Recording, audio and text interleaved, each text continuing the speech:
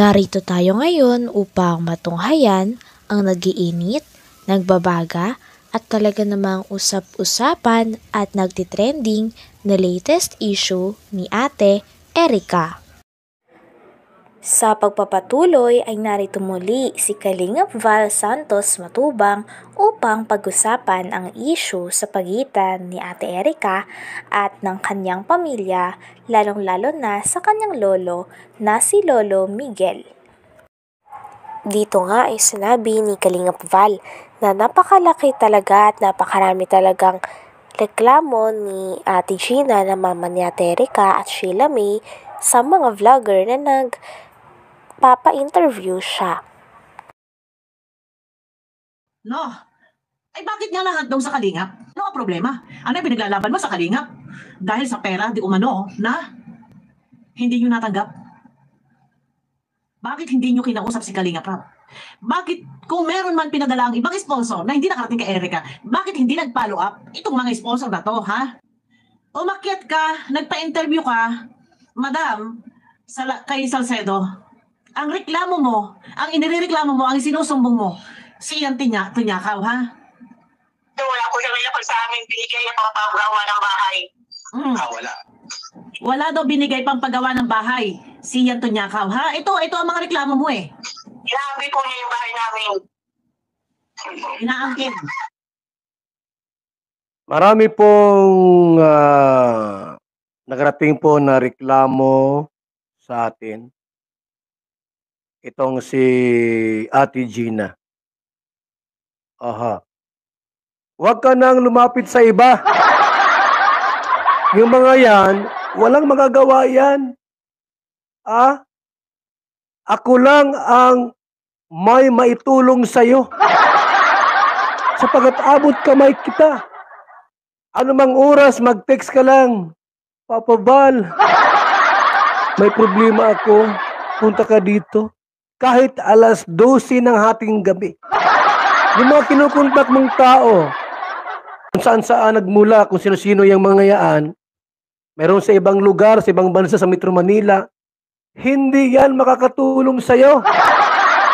Ako lang ang mayroong maitulong. Bakit? Abot kamay. Ang bahay mo ay malapit lang sa bahay ko. Anytime na kailangan mo ako, magsabi ka lang, kaagad-agad. Pupuntahan kita. Ate Gina. Kaya tama yung paglapit mo sa akin ngunyan. Ang dami mong problema. Pati pala si Miss Tunyakaw, problema mo na. Pasan mo ang mundo. Ako'y naaawa po sa kanila po mga... May nagsabi pa nga na gusto daw iparating ni Ate Gina na mama ni Ate Erica at Sheila May ang kanilang away sa Raffy Tulfo. Sabi naman ni Kalingap Val ay hindi na daw yon kailangan sapagkat si Kalingap Val lang daw ang tanging makakatulong sa kanila. Si Kalingap Val daw ang kanilang lapitan kung gusto nilang magkaayos-ayos lahat. Doon sa mga walang alam. Sa Manila, ibang bansa, o sino yung kausap mo, wala silang maitutulong sa'yo. Ako lang. Ang may maitutulong. Malapit sa last part na gusto nila makarating kay Raffy Tulfo. Wala yan! Alis yan? Ako lang ang makatulong sa'yo dito. Bakit? Abot kamay, di kita. Anong sunod mo? Di kita iiwanan. Ate Gina. Wala kang gastos dito. Mapatulpo ka, makakuha kang pamasahe. Mapa-schedule ka. Tapos, ang gagawin ng mga staff niya, tawagan mo si lolo mo. Sino yung ireklamo mo, Miss Gina? Sorita. Ay, reklamo ka po si Ina Tunyakaw Torres. Bakit? Ba't mo nireklamo yung babae? Hindi kami pinagawa ng bahay. O ngayon, sino pa? Yung papa ko po. Bakit mo nireklamo yung papa mo? Pinapagawa ni Val Santos Matubang ng bahay. Wawa po mga kaibigan, no? Ang sabi ng nanay sumabat, opo sir, kaya nga po kami lumapit sa inyo para humingi ng tulong. Kasi nga dinudurog daw sa Erica. Eto guys, at kailangan kasi simulan muna natin. Saan dinudurog si Erica? Ako love na love ko yan. Si Erica. Since birth, love na love ko yan. Mahal ko yan si Erica at taga Basod. Yan sa Barangay Mangkamagong yan. Lahat ng taga Barangay Mangkamagong, love na love ni Val Santos Matubang. Matakbo ako ng Bukalay, board member. Bubuto sa akin sila lahat yan. Yung taga Mangkamagong. Si Kapitan, love na love ko yan. Ano yan baga si Vanessa sa Barangay Mangkamagong? Sabi pa nga sa reaction video ay kaya daw lumapit si Ate Gina na mama ni Ate Erica at Sheila May sa isang vlogger. Ito ay dahil gusto daw nila humingi ng tulong sapagkat nababalitaan daw nila na marami ng vlogger ang nangbabash at marami na ring mga viewers ang ayaw at kinakancel si Ate Erica. Talagang para nga sa mama ni Ate Erica ay parang dinudurog daw ang kanyang anak. Sabi naman ni Kalingap Val ay sino daw ang dumudurog kay Ate Erica sapagkat siya ay mahal niya daw si Ate Erica.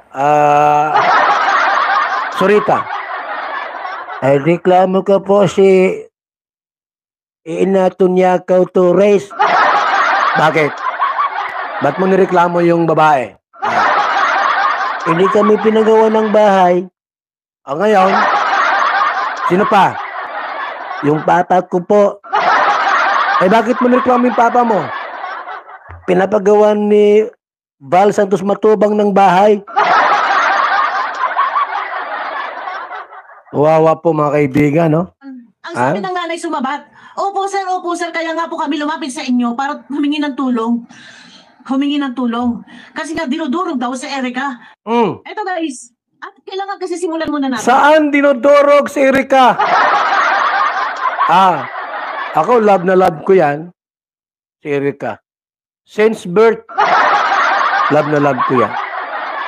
Mahal ko yan si Erica at taga Basod. Yan sa Barangay Mangkamagong yan.